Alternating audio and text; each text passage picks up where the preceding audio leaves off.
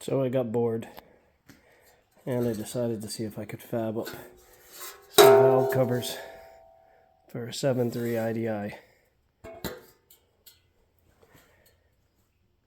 They don't make any aftermarket ones, so I figured I'd do it. I'm not going to use this. This is just for proof of concept. I just used some scrap metal I had floating around, tacked everything together to see how well it would be. It fits pretty good, but once you use stainless steel that I want to use and you TIG it, could use aluminum. But I think I'm going to go with the stainless steel. Works pretty good. Clears pretty good on the 7.3.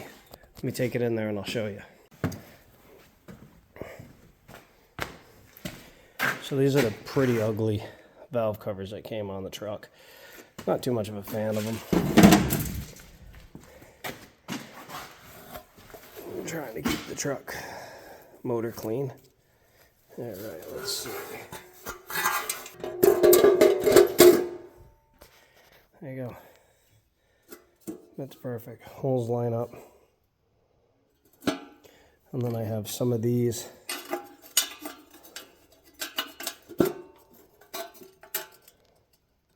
Big block Chevy tabs I'm going to put on. But I just want to do something a little different. Might try to get where it says International across the top of here.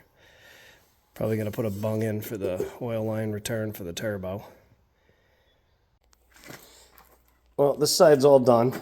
Only thing I got to do is tighten up the shoes to the drum. I was going to try to flip the tire around. I did it. It looked really goofy. So I'm not going to go that route.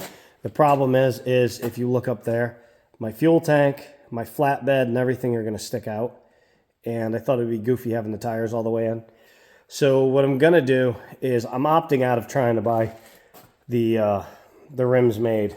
Because just the rims I need to match this whole truck is pretty expensive. So what I think I'm going to do is, this is a tubed tire. And a tube valve stem pops out right there. So what I think I'm going to do is I'm going to cut all these rivets off. And I'm going to flip the center this way. And then bolt it in with some grade 8 carriage bolts. So the inside's smooth so it doesn't pop the tube.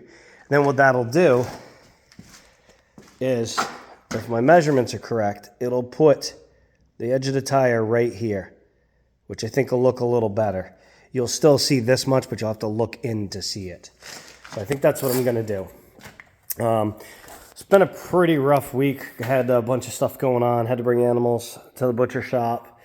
Got to pick all that stuff up. Get ready for farmers markets. Trying to spread manure for the hay fields. Get that all done. Hay season's going to be starting pretty soon. So I'm trying to get this axle buttoned up, jump to the next one. The drive shaft should be done. Well, actually, the drive shaft is done. I should hopefully have it this week.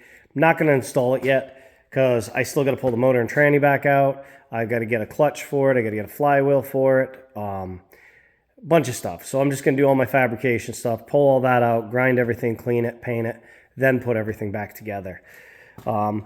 The last video I had, I was talking about the seals and stuff here. So I picked up some seals. I got I've been trying to stay with the new old stock.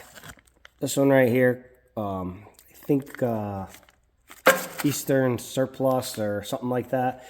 They got like 10,000 of the seals, and they're original military seals.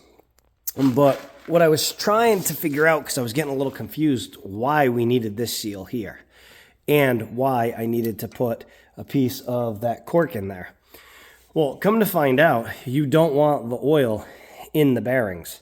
So the bearings are supposed to be packed with grease.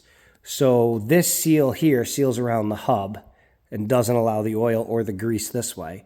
And then you put the cork in here, and then you put some silicone and seal it up. And then that bigger seal goes back here.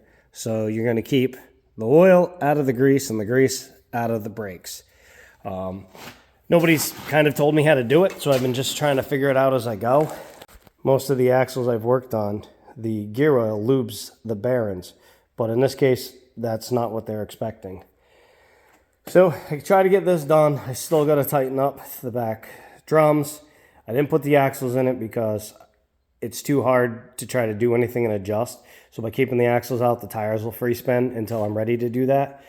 I've got to finish cutting this junk off that I want to do, clean that up, then drain both rear axles and put fresh fluid in it and run the brake lines and everything forward. Then the back of the truck is pretty much done, minus the plate I want to put on the back for tow hitch.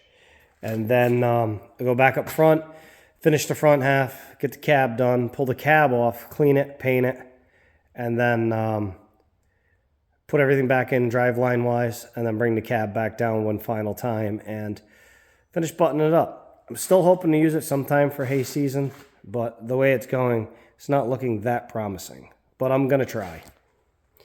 All right, thanks for stopping by, and hope to see you guys next week.